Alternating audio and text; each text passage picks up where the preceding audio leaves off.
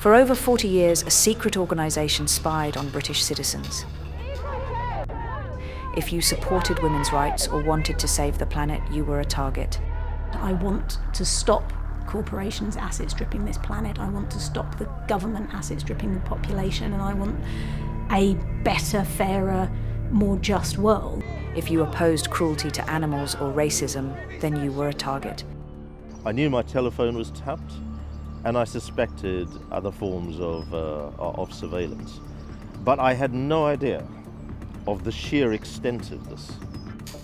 The organisation infiltrated over 1,000 groups. To achieve this, they created new personas by stealing the identities of dead children.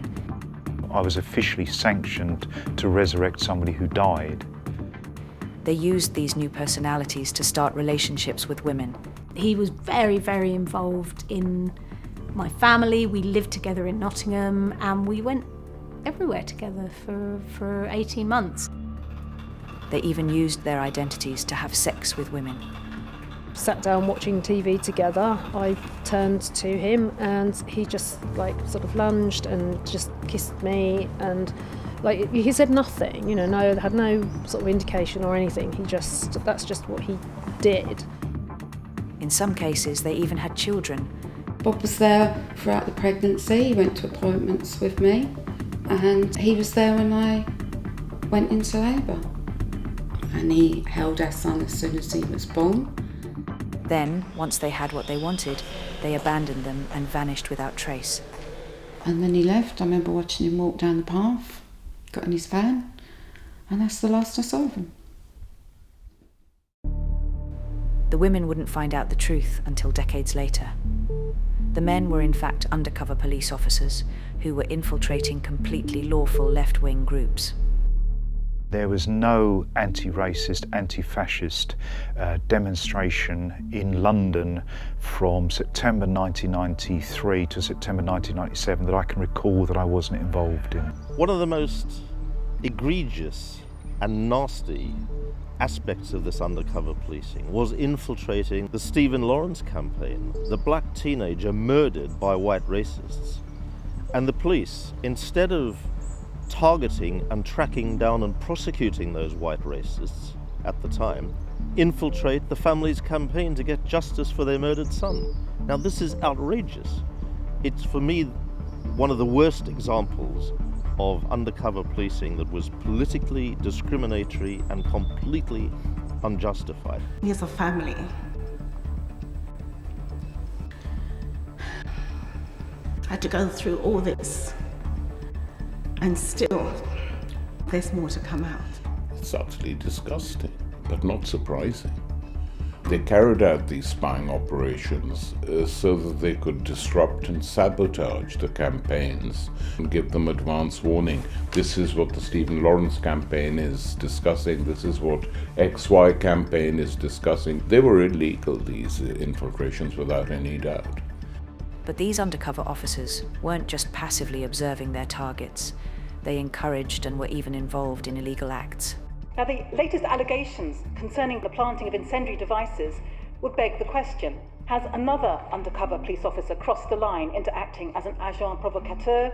And how many other police spies have been encouraging protesters to commit crimes? Rather than taking immediate action, the government ordered an inquiry. But it was to be held in secret, and the identities of 140 undercover spies were hidden. The women decided it was time to fight back. I'm one of 8 women who are bringing a case in the UK right now against the Metropolitan Police for assault and deceit and abuse of our human rights. Stop! We'd like to talk to you about your infiltration of London Greenpeace and your abuse of the female campaigners. What are you ashamed of? Some women have even traced the undercover officers and are intent on exposing what they did. I've come up to Peterborough to put leaflets round just to tell people what he did, and basically that he's still a Conservative councillor. Andy Cole, like the British establishment, is still in a state of denial about what he did and why he did it. They believed, and probably still believe, that if you hold certain ideals and ideas, then you ought to be spied on. And that, it's straight out of George Orwell, it's straight out of 20th century totalitarianism. The British have never been caught out on it until now, but they're doing exactly the same sort of thing. This is one of the biggest scandals in British history, and the legal and moral implications cannot be understated. But the inquiry is due to last 7 years, lengthening the abuse that the victims have to endure. Had I known that he'd been an undercover police officer at the time, it would have had a devastating effect on me, and I would have regarded it as rape. He was wearing a mask.